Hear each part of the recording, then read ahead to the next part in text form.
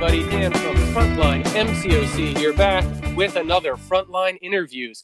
My guest today, she can school you in comic book lore, teach you how to use your latest pull in 6 minutes or less. She claims to be the world's okayest MCOC player, yet just put up over 95 million points to score a 5-star Silver Surfer. Katy Candy, you are alive and you have that 5-star Silver Surfer. Thank goodness. What's going on? Yeah, I am alive. We were all worried for you. I mean, if you put up 95.5 that's over 4,000 individual fights and did not get Silver Surfer. Like that's quit the game right there. That would have been heart-wrenching. And that's what's like, it's not doing the grind. It's the waiting, right? Oh yeah. The 2 hours after you're done. Where you're just like incessantly checking the leaderboard. Right. I was checking for you. Like I didn't even do one fight in that arena. And I was like, let's if Katie's 151, that's gonna be too much. Like I knew we were talking tonight. I was like, if she doesn't hit at least 150, there's no way this interview is happening. And I still would have done it. You are a trooper's trooper for sure. So you have Surfer, and we're gonna get into him a little bit later. And we're gonna be talking about the year in Champions for 2019. But before we do that, I want to get your background as far as comic books and your favorite character, because you know a lot about comic books. I'm always impressed by your research videos. So where was your entry point to Marvel, and who's your favorite Marvel character? So my entry point to Marvel was actually through this is gonna be funny. It's kind of through the Dracula series. I loved Dracula. I read Bram Stoker, I can't tell you how many times, and Blade and Morbius. So I was always into things like that. And then it kind of broadened me because Dracula actually appeared in other comics. So he's been, he's fought against the X-Men when he tried to turn Storm and Jubilee. Yes, classic episode. Classic issue with Storm, where it seems like every villain's like, Storm, you need to be my queen. Yeah. They've done that a few times. I mean, I can't blame them, but they've done that one a few times. Oh yeah. Yeah. It's like, I don't know why they do that, but you know what, I'm for it. So he's gone up against that. He tried to turn Sif. So he had a big fight with Thor. So, I mean, he's just been all over the board. So, like, not only can he hurt you if you're, like, a mere mortal, but he can hurt you if you're a mutant and even if you're a god. So, you know, it, like, doesn't matter. Dracula is OP. Yeah, Dracula is OP, yeah. And you must be loving the news with the new Blade reboot and Morbius coming out. So we're going to start to dip into sort of that horror stuff in the comics. We'll have to see if Doctor Strange, Mystery in the Multiverse, if that has anything to do with some of the more mystical characters or the monsters. It really could, because, you know, Doctor Strange actually killed Dracula. So I don't know if you guys know this, but I did not know that. He actually did. He actually did kill Dracula, so that it could very well go that way. I think they're going to maybe kind of go the Annihilation route that way, with the Negative Zone, and then that would bring the Fantastic Four into the mix, and I hope that's the way they go. I think that would be epic in the MCU, but... Oh, yeah, no, the Annihilation comic series was an achievement. I mean, to take a character like Nova that was so associated... with the New Warriors and, kind of a cartoony character in the 90s, and to turn him into this badass war hero through the Annihilation series it was astonishing. I was like, I can't believe you guys made me care about Nova, and afterward, going in, I'm just like, Nova, huh? He's the one we're going to be building this all around. And then you get a few books into that one, and you're just like, yep, I'm on board. Like this, it was an achievement as far as, crossovers and writing go, and is probably why Nova is such a requested character, and, why we're so excited to see him in 2020. Sure. Let's talk about the year that was, for Champions. 2019 I don't know about you, but overall, I feel like this was the strongest year ever for champion releases. What do you think? It was. When I was making my 2019 rankings of all the champs, it got down to like the nitty gritty, like simple things to put one champ over another. It was not an easy decision because a good probably, I would say 15 or more of those champs, I would take to rank 5 in a heartbeat. Oh, yeah. When you've got a champion like Namor who can't crack your top 5 or Sunspot, yeah, that just shows you how good it is. And like, if I would have known what I know now at the beginning of the year, I would have thought like, holy crap, there's no way that's going to be possible. Like, right. Top 5 would be so easy to come up with, but no, it was like down to certain specific things that put one champ over another. Yeah, and let's get into it now. So we're gonna discuss your top 3, your bottom 3, and then we're gonna talk about a few other things, your favorite and overhyped hidden gem. But let's get into the top 3 first. So number 3, he was actually one of the first champions to come out in 2019. I think he slid under the radar initially. We wrote him off as just a defender, and then we started to figure out that this guy was the real deal on offense. Ben Grimm, the ever-loving thing. He came in at number 3 on your list. Why do you like Thing so much? I know you were going for him for a long time. It took you a long time to acquire him. It did take me some time. Yep. And so why did Thing rank so high on your list? Thing is just one of those like all utility champions. Like when it comes to me and my play style, I don't go for just like the high damage dealers. I go through the ones that have the most utility because that's the ones that are going to, cost you a lot less health pots, cost you less revives, which will cost you less units and that sort of thing. So I want something with the most utility. What can take on the most nodes? Right. Who's good for AQ, AW, who's good for, attack or defense, that sort of thing. And Thing is just all around good for everything. That dude is a problem solver. He really is. He can take a hit and he can give a hit and he can keep on going. And I mean, especially if now Thing doesn't necessarily need the dupe, right? But that protection factor and getting him up to Sig 200, he takes like almost no damage. I mean, it is just absurd. And that's what makes him so good. Yeah, I mean, there's very few champions in the game you feel confident placing on a boss node and taking to Alliance War offense. And Thing is one of those few that can switch hit like that.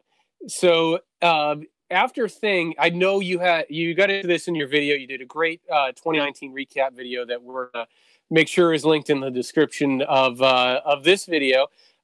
You got down to number 2, number 1, and it was the nitpickiest of nitpicks that placed Nick Fury at number 2. I'll be honest with you, this is a champion I have, but he's not duped, and I haven't given him the time of day that I should have because, one, he's not duped. I think I wrote him off early as, well, I don't really need another bleed happy skill champion after Killmonger and Blade. But Nick Fury is a lot more than just a champion that does insane bleed damage, right? Right. He is very much so. So, and the thing with Nick Fury is he does need the dupe. That is so beneficial for him because he gets rid of his life model decoy and he's essentially like the real Nick Fury. So I like to say, will the real Nick Fury please stand up? So you can play him a couple different ways, right? So when you have five or more tactical charges, he stops evaders. And then if you get him at 15 or more tactical charges, he becomes unblockable. So you can just go ham at your opponent. His special 2 has a chance to stun. And then, the damage that comes off that special 3, if you end your attack with a light hit and get that extra bleed going. And the damage output from when he's alive and from when he's alive until he's quote unquote dead, the damage differential is really big. So he is so much better off when he's dead. Now, I wouldn't necessarily go and just be like, oh, I'm going to go on the first quest and kill Nick off. I mean, that's never a good like thing to do. So, but like as his damage gets down and like you're going to go up against like a boss or something, and then, yeah, you want him to be dead because then that attack actually helps to boost the rest of your team too. So, which is always a good thing. So he's got that great synergy with other teammates as well. So yeah. And there's very few champions that have great synergies and are also worth playing on their own. So it's like Nick's helping you whether you're playing him or you're not playing him. You don't feel like you're wasting a roster spot when you put Nick Fury on the questing team. So, and I think we're seeing more and more champions with these very specific synergy teams, and maybe we'll get into that a little bit later. But Nick Fury is one of those, like, he is helping you no matter what. Right. So number one, this is a champion that the initial reviews of did not seem that promising, and then he quite simply became the answer for some of the worst problems in this game, and that is everyone's favorite techno-organic New Mutant Warlock.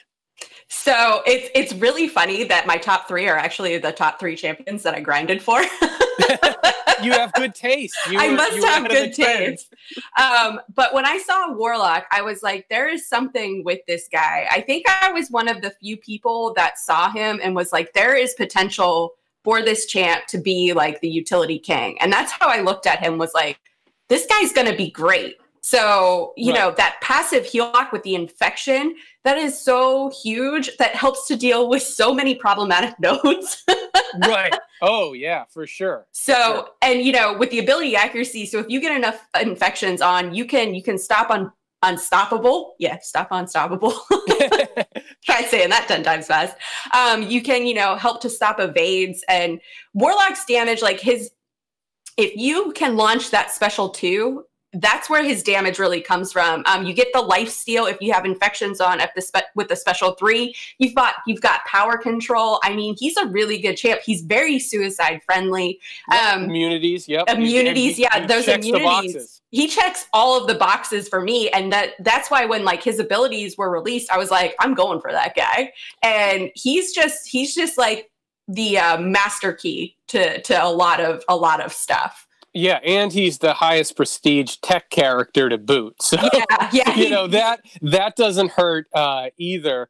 I think, like you were saying, I think the early reviews, we're looking for the big hits and the big damage. And, of course, we were coming off of, Stealth Suit Spider-Man and Namor and Sunspot. And, everyone was getting all hyped up on big yellow numbers.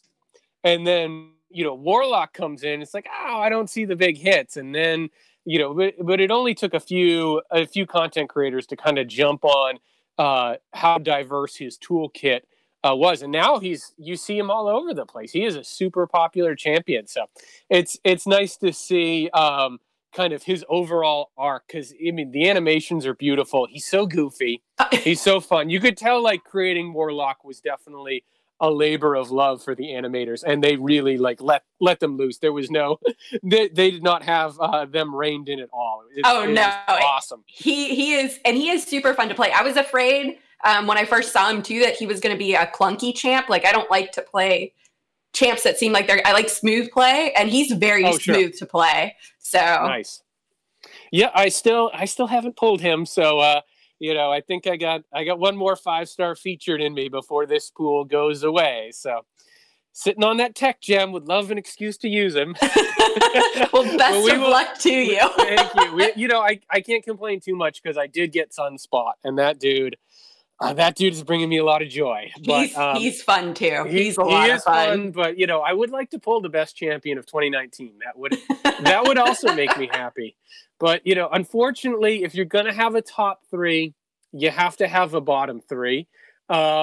And number 3 is a champion that you just put up $95 million for. I know, feels bad, man. That's Silver Surfer. Why did you put up $95 million for the third worst champion of 2019? So here's the thing with Silver Surfer. I really liked him in the comics. So, and I had said, even before we found out really anything about this guy, when we found out he was coming, I was like, I'm going to grind for him. I said I was going to grind for him. And so if I say I'm going to do something, I'm going to do it. Yep. And, but I think when I made this list, there wasn't a lot of information out there about Silver Surfer. There wasn't a lot of like game footage of him. He hadn't been really taken into like Alliance Quest or War or really any questing or anything like that. So I kind of think he might move up on the list a little bit more because he seems like one of those champs where he's got kind of like a funky mechanic where you have to like rotate through specials. It from what I've seen, like Katy, he put out a really good video of him using Silver Surfer in Alliance Quest. So it seems like you've got to have like a certain way to play him in order for that maximum damage output that people are looking for. So before I made, so like there wasn't a lot of game footage out there of him when I made this list. So I'm hoping he'll move up a little bit more on the list. Yeah, I think, and I honestly, I was pretty critical of Silver Surfer in my review. I think the initial knock was, it came up, oh, Silver Noodle, this and that. And that's not really the case. Is the damage is there, but you have to do a lot of work to get there. That's right. And it's up to people to decide whether they want to do all that work and whether it's worth it for them. In my case, I don't feel it is. I feel like if you're going to play a high skill cap champion like Silver Surfer is, you want a Ghost, Dr. Octopus payoff at the end where you just if you put in the work to learn the play style, you have a monster on your hands. And I don't think Silver Surfer is that, but it's still early days, and who knows, maybe he's designed to solve problems that we don't have in the game yet. That they've done that to us before. That could very much be the case. So I'm anxious to play around with him more. I haven't played around with him too much yet. Yep. So I'm definitely going to play around with him and see, what's the best way to get his damage up. Yeah. So. Yeah. It definitely takes some practice. It's a lot of buff watching, that rotating icon is huge, but I do think there's going to be a minority of the player base that really enjoys the game within a game of ramping him up and does get something good out of him. I just think for the average summoner that, pulls him, goes in, is like parry 5 combo, they're going to be like, this guy isn't any good because they haven't read, the owner's manual that comes with him. And he is one of those champions that will require reading and specific instructions. Another champion with an absolute owner's manual of a mechanic that just never panned out is everyone's favorite meme from this year, and that is Diablo. Diablo. They were doing something wacky with the potions and the drinking, and it just seems like there's no point to it. And he's been out a year now. There's been time for someone to uncover Diablo's god tier potential. And I don't know about you, but I haven't seen any of it yet. I haven't seen it.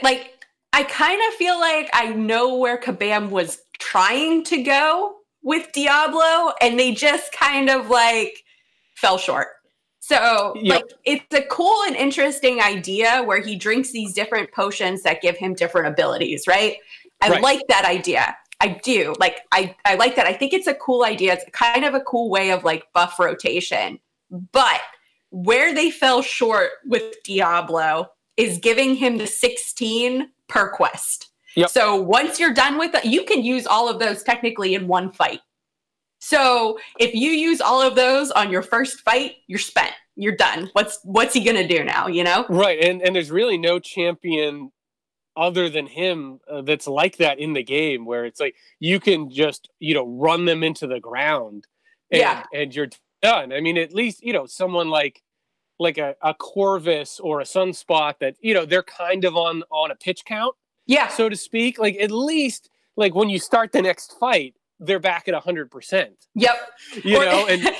And they can even gain up, like, Corvus, he's on a cooldown, right? From his glaive charges, they come back. Sunspot, you launch your special 3, boom, you're back to 80 or 120, depending on if he's awakened or not.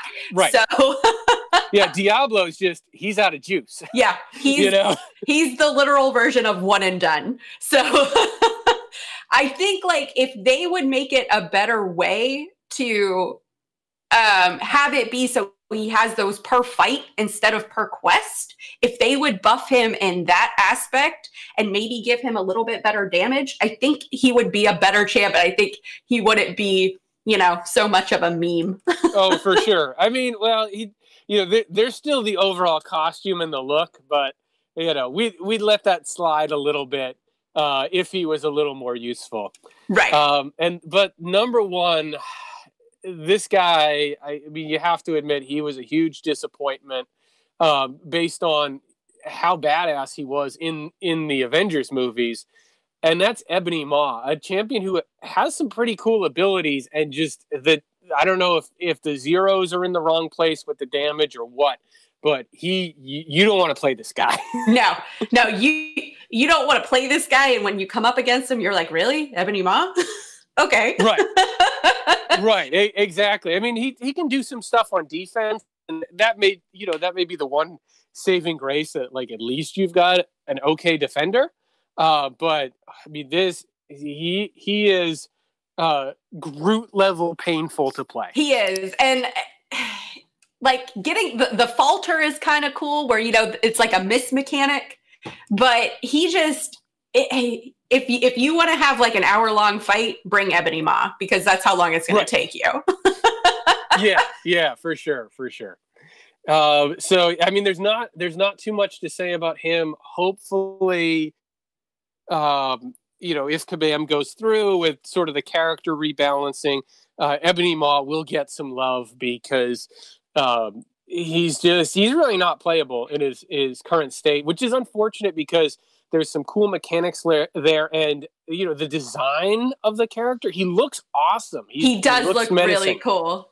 Yeah, and I think overall the design team, the animators, did such an amazing job. I mean, there were some real breakthroughs. I know they've talked about what they had to do to make Namor and the water work, and I look at champions like Sunspot and Clairvoyant and say, like, they're just works of art in this game for us to play. Like, oh yeah, it's amazing what they accomplished visually in the latter half of 2019.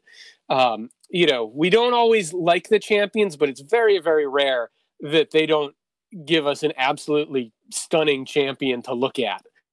So definitely kudos to the Kabam team in the art department for that. Moving on, let's talk about let's do a few more champion categories. As far as who's your favorite champion from 2019 to play? This one's tough, because I actually have like 2.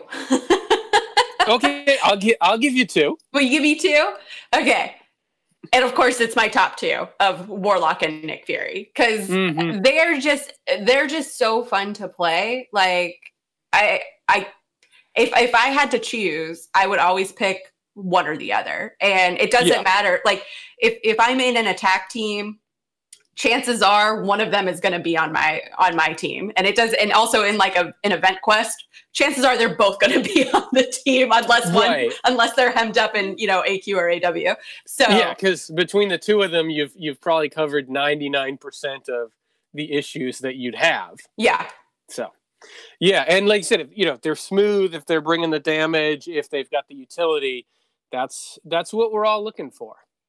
Now, let's talk about overhyped. There was a lot of hype in 2019, and I've got a choice for overhyped champion of 2019. I'm interested to see if it's the same champion that you pick, but who do you think was the most overhyped champion of 2019? Now, I would have originally said Silver Surfer, but I think there is more to discover about him. So I don't want to say him. I think actually Cull Obsidian is. That was my pick. Yeah. I think he is the most overhyped champ of 2019. We got very excited. There was some Proxima Midnight syndrome going on there, where we saw some big hits. And, I personally don't ever buy Cavalier Crystals, and I got 5 Cavalier Crystals for Cull Obsidian. So I think that tells you all you need to know. Is that, like, I don't think I've bought any since him. So, he was someone that we looked at as a roster-changing champion if you could pull him. And that is just clearly not the case. And, there was a roller coaster of emotion with him being bugged and not bugged. And is he going to be nerfed? But just as he is, like, he's just not that useful. He does some big damage, but he's going to cost you. Right. And that's all there is to him is damage. Like, his block proficiency, it's not there. He's not suicide friendly, and he has no immunities. So is he worth it? To me, he's not. Like, I have him as a 5-star, and he's sitting pretty at rank 2. And that's probably where he's going to stay. Yeah, and there's just too many other champions that can do monster damage that also solve a ton of other problems. Like, right. So you can't just invest in well, you go. What were you going to say? Oh, I was going to say, like, you think about it, you've got Ghost, who can answer 99% of the problems, who can shell out huge numbers. You got Cap Infinity War, who can shell out huge numbers. Corvus will heal if you have willpower, from the suicides. Right. So the only thing Corvus suffers is, once he's out of glaive charges, he hits like a wet noodle. So, but I mean, if you can, hit all of Prox's missions, you're going to do the same. You're going to do more damage than Cull potentially. So it's kind of one of those things where who do you choose? Right. And even against sort of his peers of champions, that was, released around the same time. It's like, you've got Havoc coming out shortly before him. You had Captain Marvel movie and Nick Fury in the same month. I mean, Captain Marvel movie, not the best champion in her month, which is ridiculous. Oh, I mean, she that girl does some damage, let me tell you. Right, exactly. And, goes indestructible, and just like anyone that's like, I can't turn off my energy damage. Well, she's taking care of business. And then right after Cull, you've got Namor, monster damage, and solves some of the most frustrating problems in the game. Yep. So it's, the big damage is it's just not enough. It's, this isn't, 2017 where you get your Star-Lord to rank 4 and you've got him duped and he can cut through most of the game. It's not that easy anymore. No. So it is not. Yep. Now, we talked about this a little bit. I know, Surfer is, he's just come out. We probably haven't figured him totally out yet. But other than Silver Surfer, do you think there's a hidden gem or hidden gem champ that maybe we haven't figured out, or there's some content that they're going to be perfect for that will be released in 2020 that we just haven't given his or her their due yet? Well, for like the 2019 champs, I definitely think Sunspot is going to probably have a big to-do for the Abyss. I think he's going to... Interesting. I think he's going to work really well for the Abyss. There are some older champs that I think people kind of overlook. But with like the new champs, I think Sunspot's definitely going to do it for the Abyss. Human Torch, I think a lot of people, he's very good for specific fights. And if you can get that Nova Flame going and activated, his pre-fight ability, I think he's just going to wreck it. Of course, Mr. Fantastic. He's got that leadership ability like Cap has that I absolutely love. I'm so glad that Kabam is introducing more and more champs like that because really Cap Infinity War was the first one to come out with kind of like that ability. And I think it's so cool because then it makes not only him so much better, but your team so much better as well. Oh, I agree. Yeah, Reed's going to be an interesting case because you really do have to go all in with him as far as the Fantastic Four team. Yeah. But he does some really, really interesting stuff there. And, there's going to be circumstances where you really need to load someone up on a ton of debuffs. And he's going to be your guy.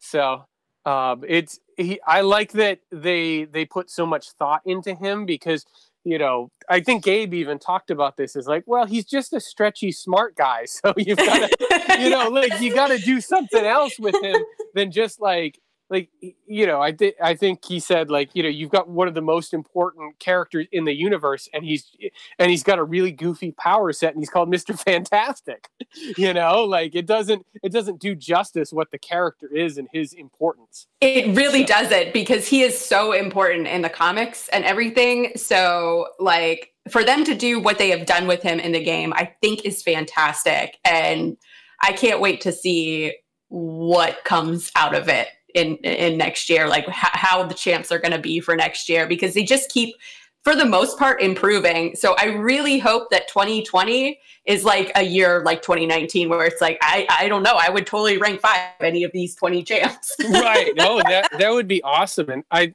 think we've already gotten teased with Squirrel Girl and Nova for January. There's rumors that certain champions from Realm of Champions may be brought over, so that could be cool. It's going to be exciting where I feel like we're in a very story driven place with some of the champions we're going to get in 2020. So I am with you. I am very much looking forward to it. I just hope that 2020 is finally the year that we get Kitty Pryde in Marvel Contest of Champions. I don't understand how we haven't got her yet. We know that they can do invisibility. We know they can do phasing. I would argue she's the most important of the X-Men that's not in the game. So that's my one wish. If you want me to spend on early access bundles and Cavalier Crystals, you know what you have to do now, Kabam. You've heard it here first, Kabam. Yeah, breaking news. Kitty Pryde in the game. Kitty Pryde in the game. I know I'm not alone there. A lot of fanboys out there, just like me, that want to see her in the game. And because she's not in most Marvel games, because her move set and powers would just break the game. It would. But they could actually do it in MCOC. They totally could. They totally could. I mean, you've got Hood who goes invisible. You got Ghost who phases. Right. Add her. It's time. It is time. Yeah, it is time. Now, what about you? Is I know you've put out a list of champions that you want to see in 2020. Who is the one that you were holding out hope for the most? Oh, hope for the most? I would. Now, obviously, I'm going to say Galactus. But besides him, because we've kind of been teased with him, and I don't know if he's coming or if he's going to be a boss or what's going on with Galactus. Yeah. So I really want to see Morbius added to the game. He was a big villain in the Spider-Man universe. He's fought against Blade and with Elsa and everything. So I would love to see Morbius, the living vampire, added to the contest. Bring it. Make it happen.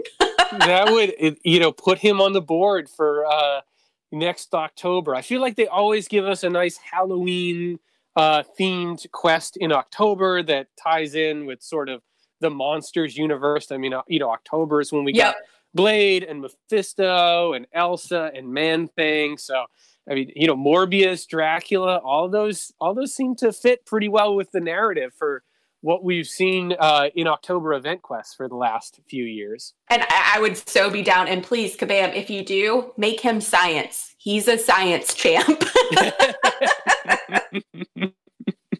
That's right. Not only do we want the champions, we want them to be the right class.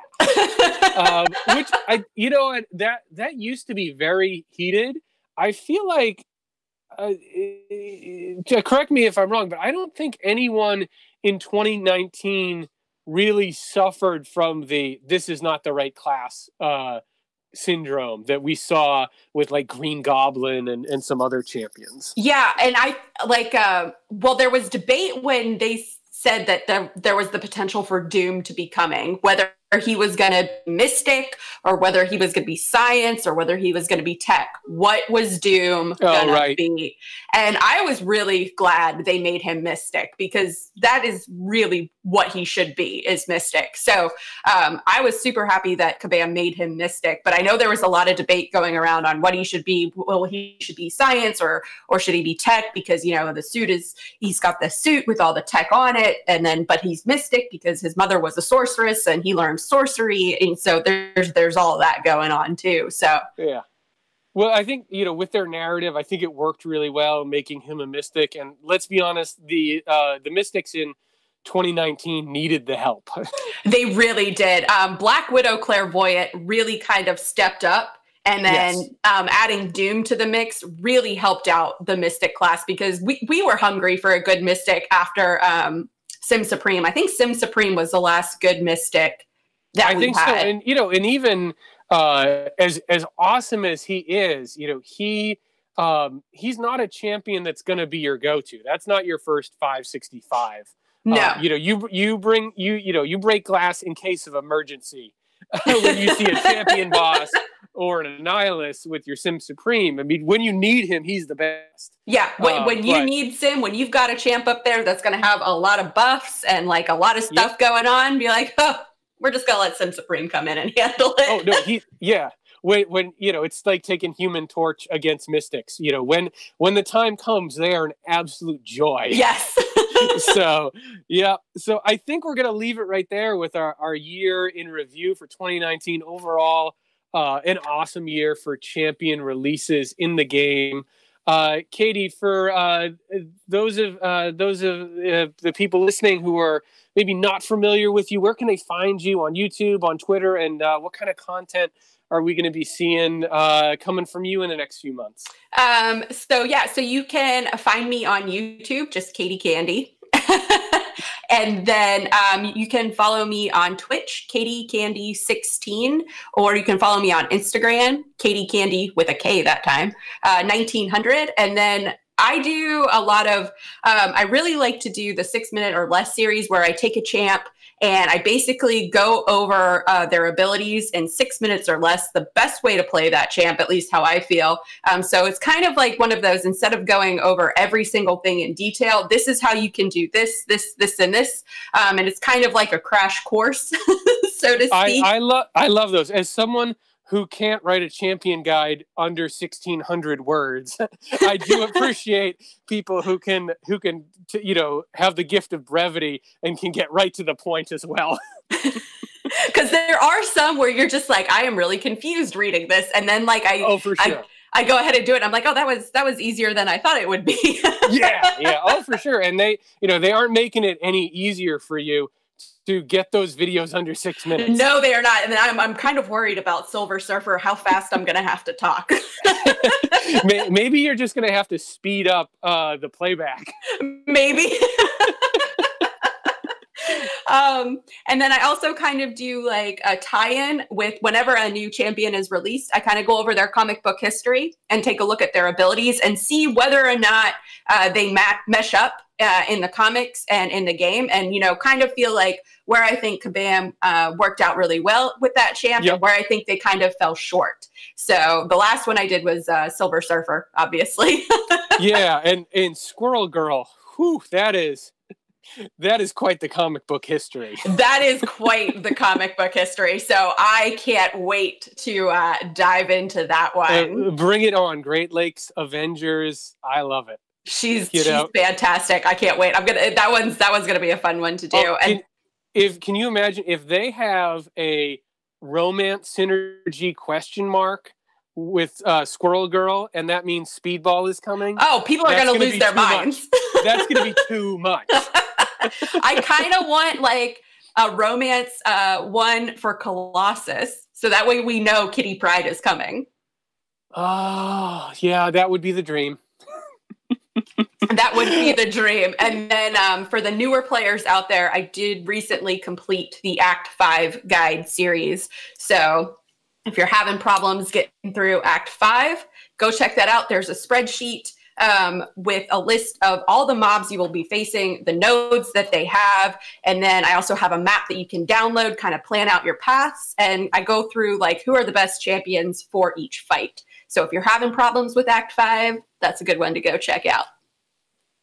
Yeah, and you put so much work into that series, and it's great to have someone go back, a couple years later, because I don't know about you, but I probably cleared 5.4 almost 2 years ago at this point, and there's just so many more options now. There are so many more options out there now. I mean, if a new player asked me, because I haven't thought about it for 2 years, it'd be like, yeah man, they just take Blade, he does everything. Well, and that's what got me started on it, because I was getting all these questions when I would live stream, and I'd be like, oh my god, it's been so long since I've gone in there, I can't even, what node do they have again? Like I can't remember. Yeah. So we're just too far removed from at this point. So it's great that you took the time to go back there, because there is this whole up and coming player base that needs that information.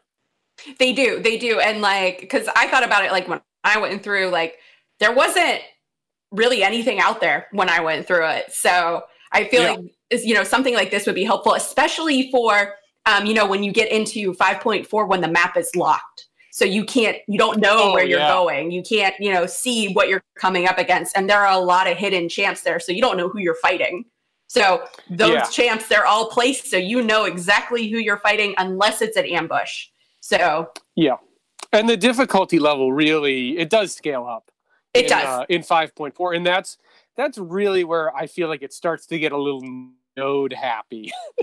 So there's definitely there's some fights in there that you really got to up your game for as you progress. All right, Katy, we're going to leave it right there. So thank you so much for joining me for this episode of Frontline Interviews to review all the champions from 2019. For everyone that's listening, please check out Katy's YouTube channel. I'll be linking it in the description below. And I'll also be linking to my website, Frontline MCOC, where you can get daily and weekly news updates on Marvel Contest of Champions. All right, I will see you all for the next interview. I'm going to be interviewing Crafty Grinding about the year in Arena. Hopefully that will be coming out in another week or two. So I will see you then. Bye. Thanks for having me, Dan. Bye, guys.